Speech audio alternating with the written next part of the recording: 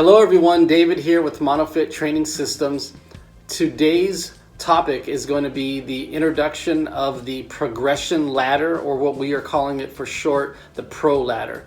And what this is designed for is for three main challenges that people face, especially those people who are competing in any kind of sport, but primarily the combat sports. So of course, if you've been following us for a while, you know that we are very keen on and training people for mixed martial arts, Brazilian Jiu-Jitsu, and wrestling. So the way this is mainly designed is to help you build and maintain raw strength, for you to help push past your own plateaus, whatever you might be reaching. And then the third thing would be to build and maintain your muscle endurance. So a lot of times there's people out there that will lift in a certain manner for a certain length of time. So for example, lots of people lift heavy for size or for lots of strength and raw strength.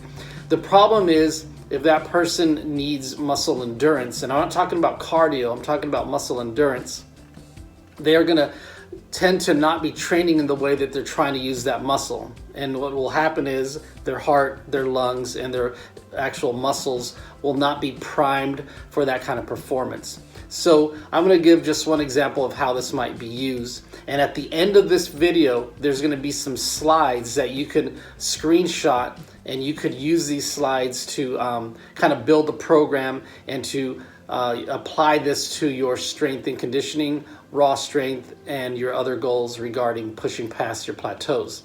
So we're going to use a bench press. So let's just say that you are at a number on a certain amount of weight where you just can't push past 5 reps of a certain weight. So for this example, we'll say it's going to be 135 pounds. You can't do more than 5 reps. So the Pro Ladder would be designed here where you're trying to get some strength. You're not necessarily going for that endurance. For this one, you just need some raw strength. You're trying to push past this plateau. So what you would do is maybe take about 20-25% of that weight off, and you would do 3 different rep schemes. So your first set would be for 12 reps. So whatever that number is, so you pick a weight that you could do 12 reps of. You do 2 sets of 12. Then you go up in weight, 5 to 10 pounds. You do 10 reps for 2 more sets. And then you go up in weight again, 5 to 10 more pounds. And then you do 8 reps. So you've got 12, 10, 8.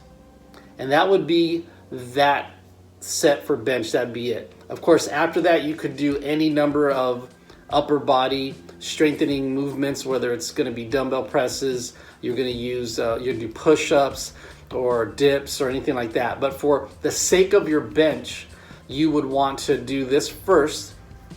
You'd get nice and warmed up, and then you start that work set. What it's doing, it's pushing your body to go a little bit more so that you can get a little bit more out of it. Then you're building a little bit of endurance, and your muscle's going to be used to a little bit more high volume. Once it's used to that high volume, you go back to the higher weight, low volume, and the muscle's kind of primed for a little bit more work. So you're actually kind of tricking your nervous system and your muscles to do what you need it to do. So for this example, we're going to take bench press, and we're going to say that you're having trouble getting past say 225 pounds for 5 reps. You've been trying to get to 6 or so reps, and you just can't do it. So you need to build some raw strength, the low end kind of low gear strength, I guess you can say. So what you would do is, instead of just struggling and doing the same thing over and over again, what you would do is you would break this down, and you'd go into our 8-6-4 rep scheme. And what that means is you would go to a weight that you know for certain you can do somewhere between 8 and 10 reps of, and of course it's going to be less than 225 pounds. So you're going to put that on the bar after you've warmed up. Now you're nice and ready to go, and you do 2 sets of 8 reps at whatever that weight was. And here's something that's super important. A lot of people aren't doing this. You got to write this down. When I was a trainer at a big box gym, one of the things that just did not happen was you hardly ever saw anybody writing things down. And so how do you know what you're doing? How do you know what kind of progress you're making if it's not written down with paper and a pen? Not in your phone. Just use paper and pen. It will work, I promise you. So you're going to do those 2 sets of 8. Then you're going to add somewhere between 5 and 10 more pounds. And then you're going to do 2 sets of 6. And then you're going to add 5 to 10 more pounds. And you're going to do 2 sets of 4. And that's it for your bench press. And that does not include the warm-up sets to get to that first 8 set of working weight, or 8 rep set for the working weight. But that's going to be it for your bench press. Then you're going to go and do your accessory movements, whether it's going to be dumbbell presses for that day, dips, push-ups, anything like that. But that's going to be it. Now, at the end of this, you're going to see slides that are going to kind of break it down for you. You can copy them down or print them out. So you could, screenshot them and then maybe print them out so that you can use them as a template. But I want you to understand this is just one way to use this, because we're using this not only for the strength element, but we're looking at pushing past plateaus, and then we're also looking at muscle endurance. So we have 3 main ways that we use this. Okay, so the first way would be the one I just explained, and that's for any kind of plateau that you're trying to push past. The next one would be 12, 10, 8. And that's kind of your medium one. You want to maintain a higher volume, but you also want to get stronger. And then the third one is going to be your 15, 12, 10. And that's going to be mostly your muscle endurance. Now, if you are a athlete who is doing jiu-jitsu, wrestling, any other combat sport, this would be something you probably would do coming up towards fight date. So you would probably go your low rep range at the beginning of your fight camp or at the beginning of your training period. And then as you're getting closer and closer and closer to that fight day, you would want to start going up in reps so that you can have a lot more muscle endurance and stamina, because you've already done that heavy work. I've trained many people this way, and the results are just they're fantastic because they're super duplicatable. These are not secrets. These are just techniques that I've developed over the years, and they always have worked, and they've worked well for me. They've worked well for every client that I have. My kids both wrestle and take jiu-jitsu, and it's doing great things for them. They're usually catching people off guard with their strength because they're both rather thin. And this is a strength building technique. Some people genetically are going to get bigger. That's okay. If you don't get any bigger, but you're following the program, you will get stronger. And sometimes that might mean that, especially if you're younger, you might gain a few pounds, but that's okay. That's where you're supposed to be getting. And if you've also been watching our videos, you'll see that I talk a lot about fulfilling a genetic destiny. As we are evolving, as we are getting stronger and stronger, things will start to change.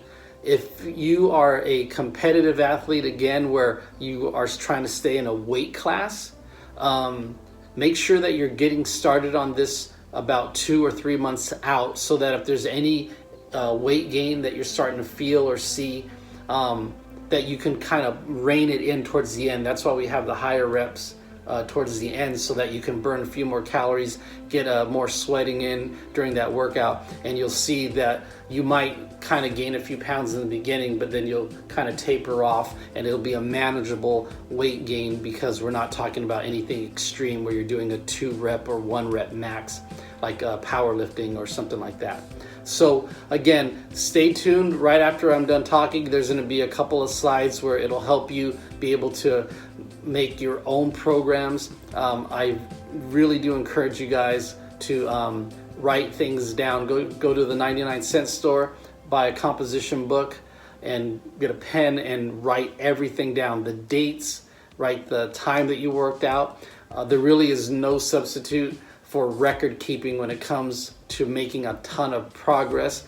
a lot of times we don't feel good. You know, maybe we didn't eat right, maybe we didn't, drink enough water on that particular day, so we're not feeling it. But that doesn't mean our body can't get ready to perform once we're nice and warmed up. So give yourself a lot of credit for working when you're tired, working through a tough day, but also make sure you push your body safely. And the best way to do that is to have data. So have a book, have a composition book, have something that you can write with a pen and paper. Okay, so I'm done with that for today. Check out the slides, and don't be afraid to give us some feedback on this. We are on Instagram at MonoFit1. That's MonoFit and then the number 1. And we're also there at MonoFit Training Systems, both on Instagram. So check us out, and I hope you like this video. Give it a try, and see you guys again next time.